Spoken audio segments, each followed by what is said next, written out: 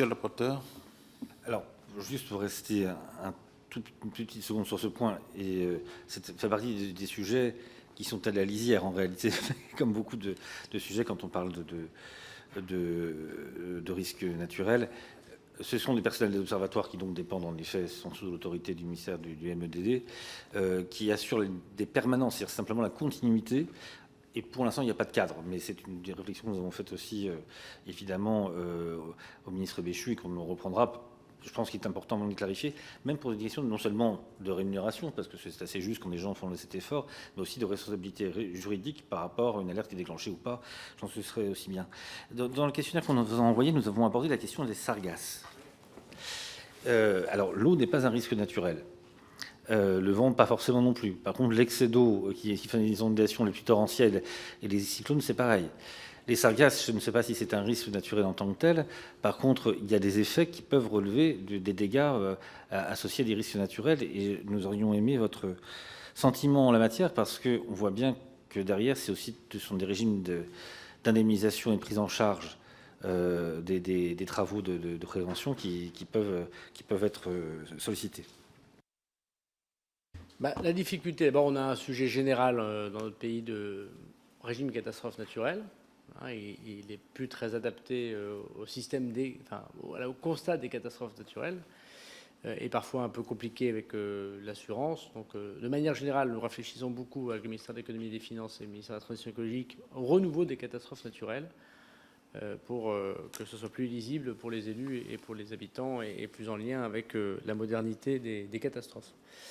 Le problème des sargasses, c'est que ce n'est pas la sargasse qui est la catastrophe naturelle, c'est la décomposition de la sargasse. C'est le fait qu'on ne les enlève pas, en tout cas pas plus rapidement, et que cette décomposition crée les difficultés que l'on connaît. Et donc, à ma connaissance, les commissions que je ne préside pas, on les convoque, et puis après, c'est interministériel, puis voilà, on réagit à des règles, on constate que les sargasses, l'eau qui amène les sargasses n'est pas en soi ce risque naturel. Il n'y a pas de lien. Donc, on répond aux difficultés par d'autres dispositifs qui ont d'ailleurs été en très large augmentation. Et un plan de 36 millions d'euros, par exemple, sur 4 ans, vous le savez, qui a été abondé, qui a été réabondé d'ailleurs en loi de finances 2023 et 2024 pour faire face aux difficultés des sargasses. Des collectes en mer, par exemple, 2 millions d'euros de plus l'année dernière pour éviter que les sargasses n'arrivent sur le territoire antillais. Les mises aux normes des capteurs de gaz en 2023, ça coûte quand même plus d'1 million à chaque fois par an. Le soutien complémentaire à la pose de barrages et aux zones de stockage, parce qu'il faut à la fois mettre des barrages pour éviter que les sargasses arrivent quand vous passez en avion, en hélicoptère au sud, on voit bien d'ailleurs les différences. Et puis en même temps, il faut les stocker avec le sujet de la décomposition. Donc pour l'instant, notre sujet, il n'est pas réponse, c'est pas la CatNat, c'est l'aide budgétaire classique en lien avec les collectivités.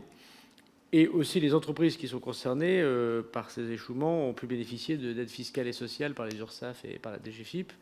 Mais encore une fois, ce n'est pas un sujet CatNat. Donc, est-ce qu'il faut rentrer d'ailleurs dans le nouveau régime des CatNat des risques comme cela, en étant peut-être un peu plus prospectif? Donc, le sujet n'est pas le lien direct entre l'intempérie et le drame, mais la conséquence de l'intempérie qui amène le drame. Donc là, en l'occurrence, la décomposition des sargasses.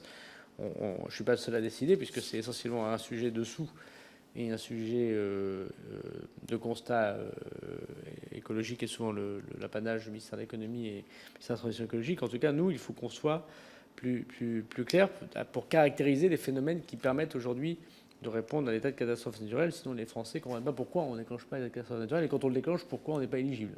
Ça crée ces frustrations. D'ailleurs, la problématique pourrait être, c'est pour ça que l'outre-mer est toujours intéressante, en ce sens qu'elle aide aussi le travail évidemment hexagonal, des algues vertes en Bretagne, qui connaît à peu près le même cheminement. Donc voilà, nous on est prêt à étudier ces modalités nouvelles des CatNat en France en général, et donc aussi en outre-mer en particulier, et notamment sur la question des sargasses. Merci beaucoup. Il y a un autre aspect, c'est sur